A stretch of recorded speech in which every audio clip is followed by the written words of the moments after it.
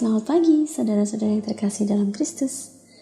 Senang sekali saya, Penatua Gita Astuti, dapat kembali menyapa saudara-saudara sekalian dalam Saren Pagi, Sapaan dan Renungan Pagi GKI Salatiga hari ini Senin 18 April 2022. Mari kita menyapa Tuhan sebelum kita merenungkan firman-Nya.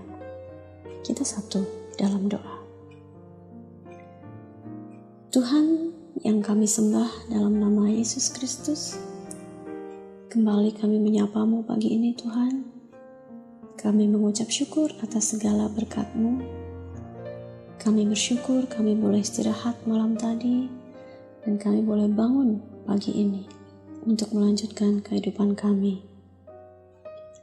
Kami ingin merenungkan firman-Mu pagi ini ya Tuhan, untuk menjadi bekal kami dalam kami menjalani hidup kami hari ini. Berfirmanlah ya Tuhan, kami siap mendengar dan merenungkannya. Dalam nama Yesus kami bersyukur dan memohon. Amin. Saudara, saya akan membacakan terjemahan bebas dari puisi karya Ron DeMarco yang ditulis ulang dengan izin oleh Brian McMichael, berjudul Heaven's Grocery Store atau Toko Serba Ada atau Serba Surga. Demikian. Pada suatu hari ketika sedang berjalan santai di jalan kehidupan, aku melihat ada tanda yang bertuliskan Heaven's Grocery Store atau Toserba Surga. Ketika aku berjalan mendekat, pintu Toserba itu terbuka lebar dan tanpa kusadari, tiba-tiba aku sudah berdiri di dalamnya.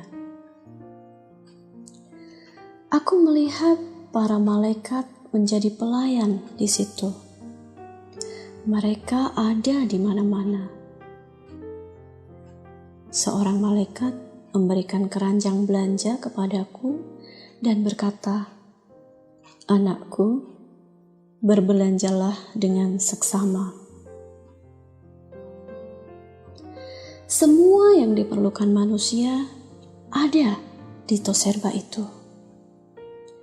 Dan kalau kau tak bisa membawa semuanya sekarang, kau boleh kembali lagi besok untuk mendapatkan lebih lagi. Pertama-tama, aku mengambil kesabaran. Kasih berada di lorong yang sama. Agak jauh dari situ adalah pengertian.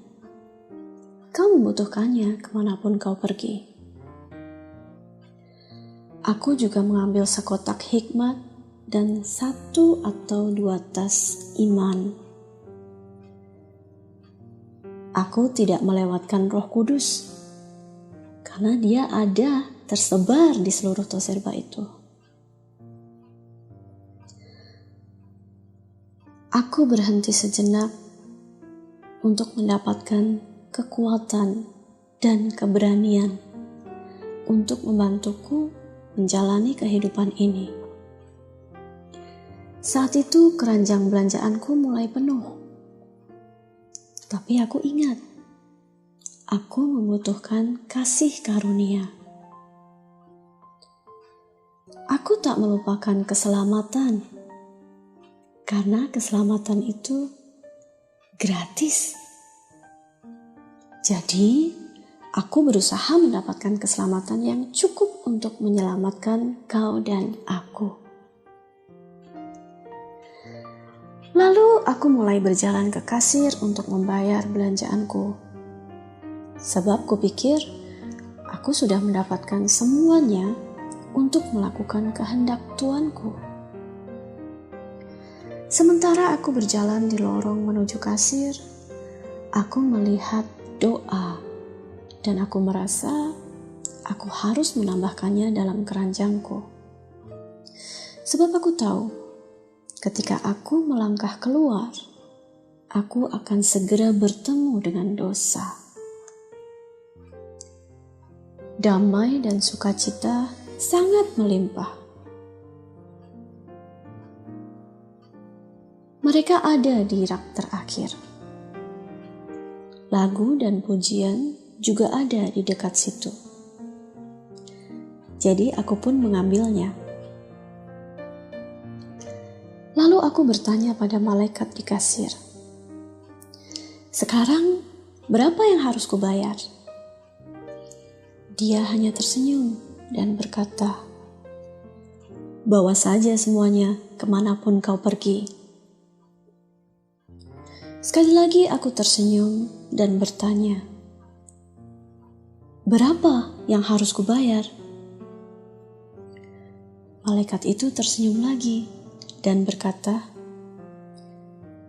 "Anakku, Yesus membayar semuanya itu bertahun-tahun yang lalu." Saudara, semua hal yang disebutkan dalam puisi Heaven's Grocery Store tadi, seperti kesabaran, kasih, pengertian, hikmat, iman, Roh Kudus, kekuatan, keberanian, kasih karunia, dan keselamatan, juga doa, damai, sukacita, lagu dan pujian, bisa kita peroleh secara gratis, karena semuanya sudah dibayar oleh Yesus dengan harga yang mahal, kematiannya di kayu salib. Salib adalah hukuman terberat di masa itu, dan merupakan lambang penghinaan, kutuk, nestapa, dan celah.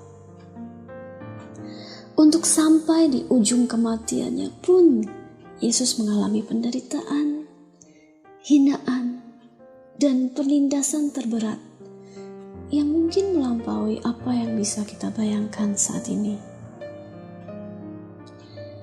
Film The Passion of the Christ yang disutradarai oleh Mel Gibson yang dirilis tahun 2004 lalu, itu menurut saya merupakan penggambaran terdekat mengenai apa yang terjadi dan dialami Yesus saat itu.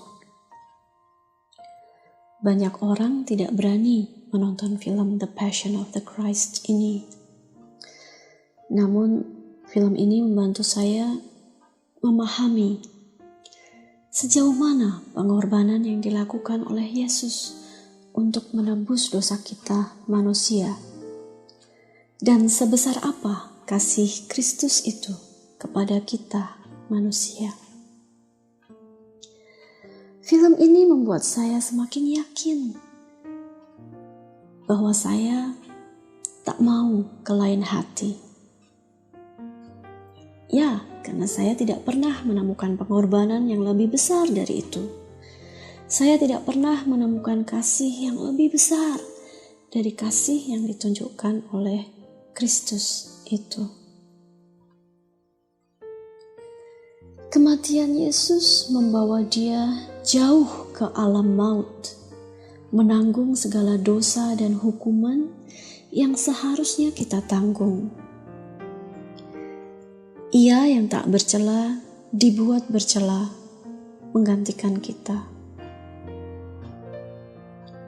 Kebangkitan Yesus menandakan kemenangannya atas maut. Dan dengan begitu, Ia pun memberi kita hidup, serta memulihkan relasi manusia dengan Allah yang dulunya rusak karena pilihan Adam. Seperti tertulis di 1 Korintus 15 ayat 22, karena sama seperti semua orang mati dalam persekutuan dengan Adam, demikian pula semua orang akan dihidupkan kembali dalam persekutuan dengan Kristus. Ketika saya mengingat dan merenungkan kembali semua yang dilakukan Yesus itu, saya pun semakin memahami pesan Yohanes di Yohanes 3 ayat 16 ini. Karena begitu besar kasih Allah akan dunia ini, sehingga Ia telah mengaruniakan anaknya yang tunggal, supaya setiap orang yang percaya kepadanya tidak binasa, melainkan beroleh hidup yang kekal. Dan saya tidak mau ke lain hati. Bagaimana dengan saudara? Mari kita berdoa. Terima kasih Bapa atas kasih-Mu yang besar bagi kami.